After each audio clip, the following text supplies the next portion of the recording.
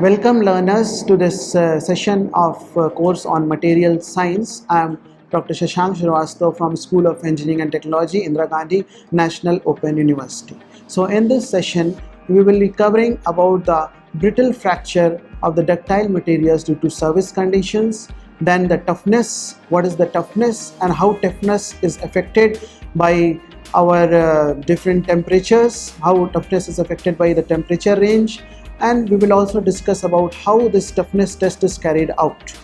So let's start with this brittle fracture dependent on the service conditions. So we see that crack propagates suddenly without any plastic deformation and producing loud report due to sudden release of strain energy. So crack, actually very small crack, can also propagate at a very fast rate and under certain conditions. Now I will tell you a story regarding this, which is very famous. The story about the Titanic, the ship which its builders said that the persons who built it, that even God cannot sink it. But it sank in the very first session. So two lessons we learned from that don't challenge God, and the other one is about the materials and the temperatures effect. And so a whole study was done after that. And it came out that what happened with the Titanic actually, that it was a region of very low temperature where the ship was going. So although very perfect type of materials like stainless steel and whatever was available at that time, they were used in the making of that ship, but what happened that due to the temperature, very low temperature, they got brittle at that time and they broke suddenly. When it collided with that ice, the glacier, it broke up. It turned into brittle material instead of being ductile. So such type of disasters can happen due to this material failure, and that's why this material science is so important. So now move forward. Fracture tendency in a material like a steel develops because there are three main reasons. First one is the triaxial state of stress. The second one is the low temperature, as I told you. The third one is the high strain rate or the rapid rate of cooling. So the stress, it is acting in three directions. It is triaxial, so it's very complicated actually. Then the temperature, and finally the strain rate, as we have discussed in the previous session also. This strain rate is also very important. What is important then in this? Toughness is very important. There is one property which is called toughness. So the combined effect of triaxial state of stress, such as in a notch, if there is a notch in a material, suppose in a specimen, there is a crack, a small crack like I discussed earlier, and it can propagate very fast. So that we have to see that it stops, the propagation stops. So what to do then? So for that purpose we are discussing this. So complicacy of the triaxial stress, low temperature, and that is accentuated by high strain rate. So all these three things have to be discussed together in combined way. Thus laboratory tests with all these three service conditions need to be performed to determine tendency of a material to fail in brittle manner. So even a ductile material can fail in a brittle way depending upon the service condition. So what to do now? We have to resort to impact test. So for this purpose now we discuss the notched bar impact test. To determine the tendency of material to fracture in brittle manner, generally most tests are performed on bar specimens which carry notches in most critically stressed zone under impact, and the strain rate here is 1000 per second. As I discussed earlier, the impact load begins from 10 per second, so it goes up to any number after that, like here it is mentioned 1000 per second. Carrying out the impact tests on notched bar samples at low temperatures renders most severe conditions which might exist in service. So there are certain difficulties in static tests actually. Why we are performing this notched impact test? We are performing this because the other tests like the simple tension test and simple compression test will not give us anything about our toughness of the material. So the problem there is that stress calculation at the tip of the notch under impact load is very difficult because of the triaxial state of stress that exists around the notch tip under a static load, and it is modified considerably under the impact load. So we cannot exactly determine the triaxial state of stress. Then the other reason is that the relative magnitudes of the stress components at notch tip depend upon the dimension of the notch and the specimen. So magnitudes of stress are depending on the dimension of notch and specimen. If we keep on changing that notch size and dimensions, then this magnitude of stress will also change. So it becomes very difficult to calculate this kind of stress. So we see that stress measurement being very difficult.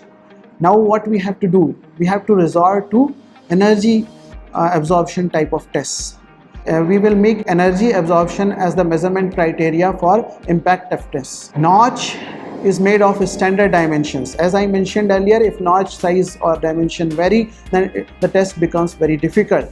So it's important that notch should be of a standard dimension and the procedure should be standardized. Impact toughness cannot be generalized for a material but is a property of the specimen of a material. So we have to understand this thing, that toughness is as such not a material property because it is dependent upon the specimen. So this property of impact toughness, it is a good qualitative index of behavior of material in presence of notch and at low temperature.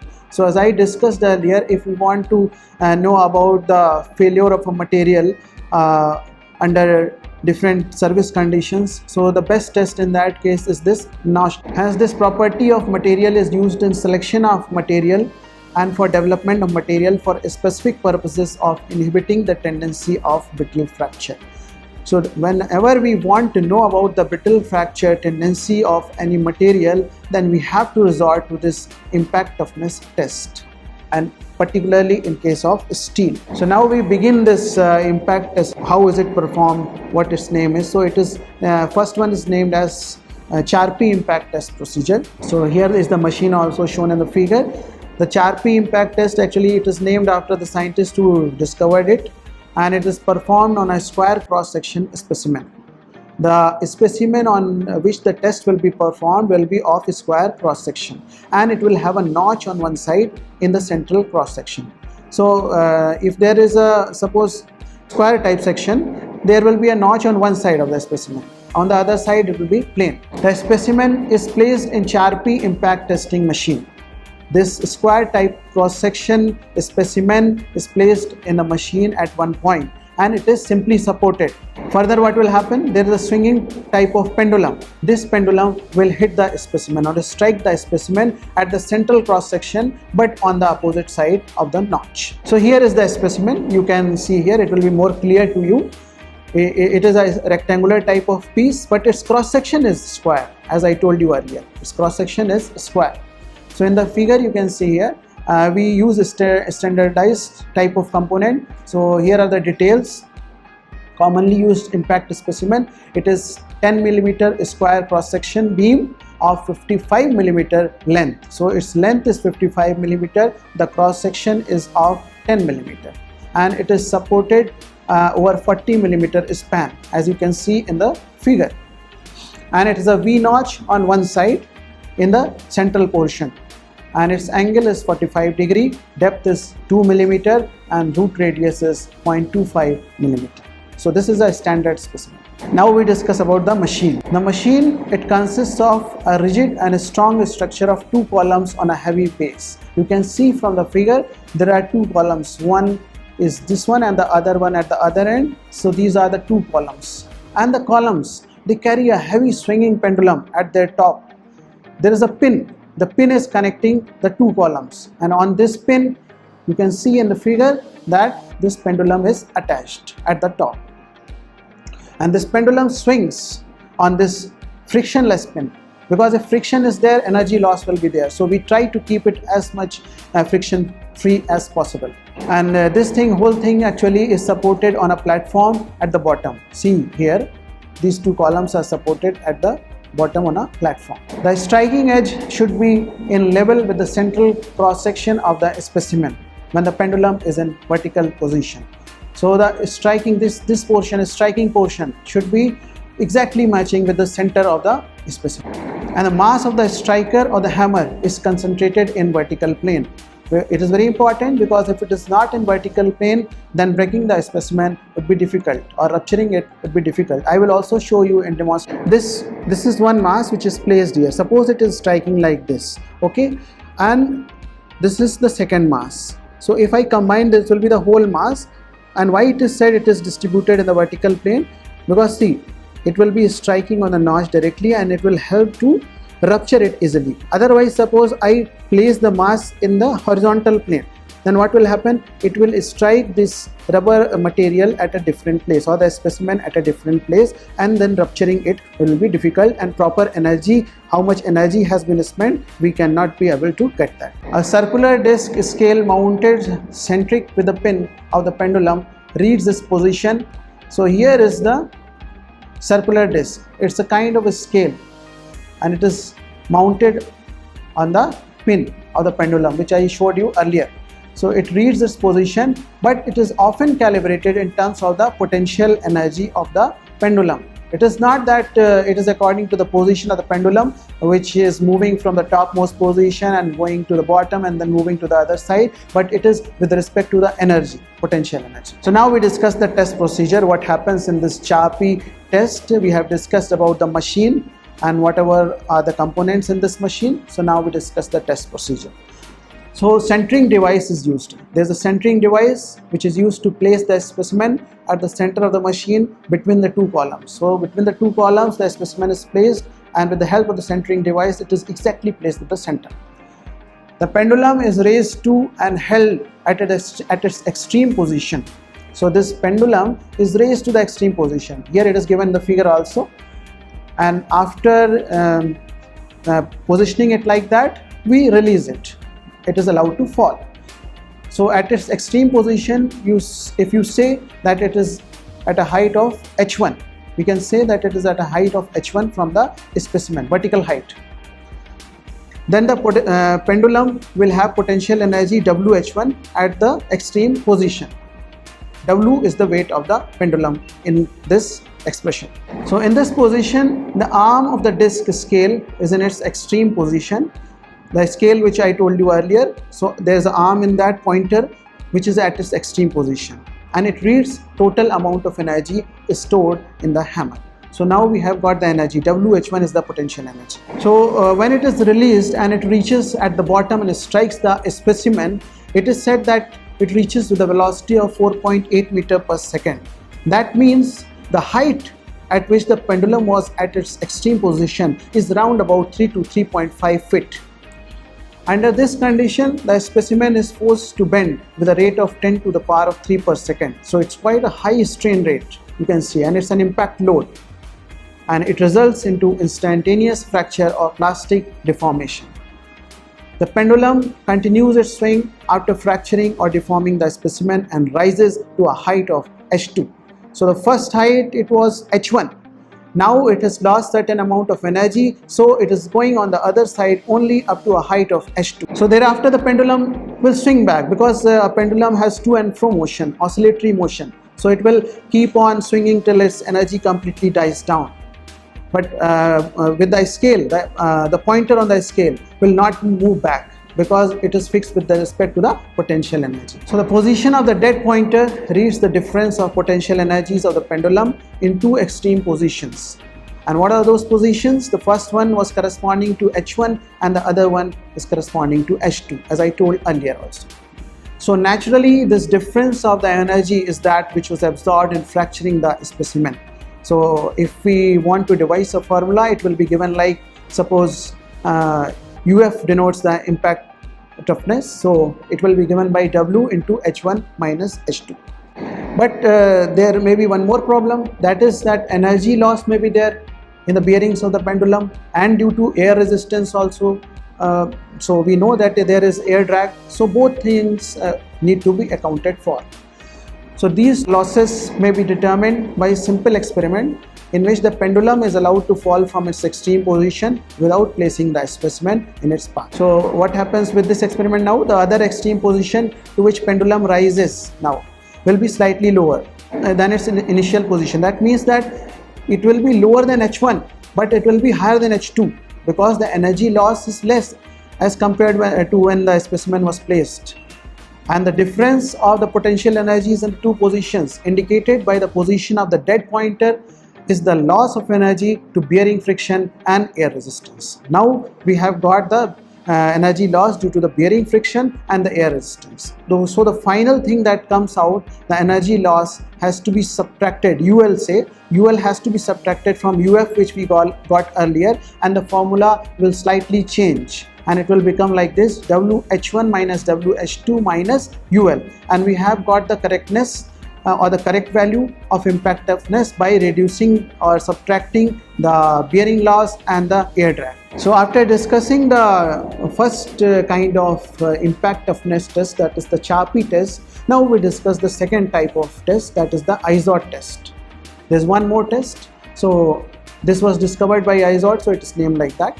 ISOT impact test specimen, it is shown in the figure, is either circular or square in cross section. Earlier in case of Charpy we saw it was only square cross section, but in case of ISOT we can use both circular as well as square, and it has also got a V notch at one end like given in the figure. The specimen is clamped at notched end in vertical plane as cantilever beam. So here the position of the specimen is also different with respect to the Charpy one. There the specimen was placed in a horizontal manner. Here it is placed in a vertical manner, you can see from the figure. And the swinging hammer strikes the free end at a distance of 22 mm from the notch. So the notch is at a distance of 22 mm from one. This is standard condition. So the mass of hammer in case of the ISOT machine is distributed in the horizontal plane. Obviously, like we discussed in case of the Charpy, it was in the vertical plane. Here it is different because we have to break the notch from a different direction. So it has to be in the horizontal plane. Nowadays what is happening is the same hammer is being used in both the machines with attachable strikers for Charpy as well as ISOT. So the difference between the Charpy and the ISOT we can see here. In case of the Charpy, the specimen is simply supported in horizontal plane, whereas in case of the ISOT test, the specimen is like a cantilever in the vertical plane. Second difference, mass in case of Charpy is concentrated in the vertical plane, whereas in case of the ISOT test, mass is concentrated in the horizontal plane. Okay, after discussing about the Charpy and the ISOT test, let's discuss about the temperature effects on these tests. So we know that our surroundings temperature does vary according to time and place and has a profound effect on the properties of various metals and alloys, especially steel. Like earlier I gave you the example of the Titanic ship. So that's the same case. Now we discuss about the low temperature effects. Impact test experiment at different temperatures is very much needed because of the temperature effects. And it has been seen that steel is very much affected by low temperature. So here is one figure which gives us the impact toughness versus the temperature. It is that graph, impact toughness versus the temperature. And there are two kinds of steel A and steel B. The steel A, it shows a sharp transition from ductile to brittle in the temperature range of 0 to -20, as you can see in the figure here. If you see the A1, in the range of 0 to -20, the slope of this line is quite high. So the temperature range, this temperature range where this transition is taking place from the ductile material to brittle material is known as the transition range. So the transition in fracture mode under impact loading has been described here. And this temperature, like I described the temperature range, this temperature also, it is known as ductility transition temperature. A lower transition temperature is desirable in practice because then the brittle fracture shall not occur in service temperature range. Why is it said so? See, if we keep on decreasing this side temperature, if we go towards the left side in the graph on the temperature scale, then we can see from -20 to -40, further -60. So if this temperature goes on decreasing, then we will never come to this point actually, and no fracture will take place. So that's why it is said that lower transition temperature is required.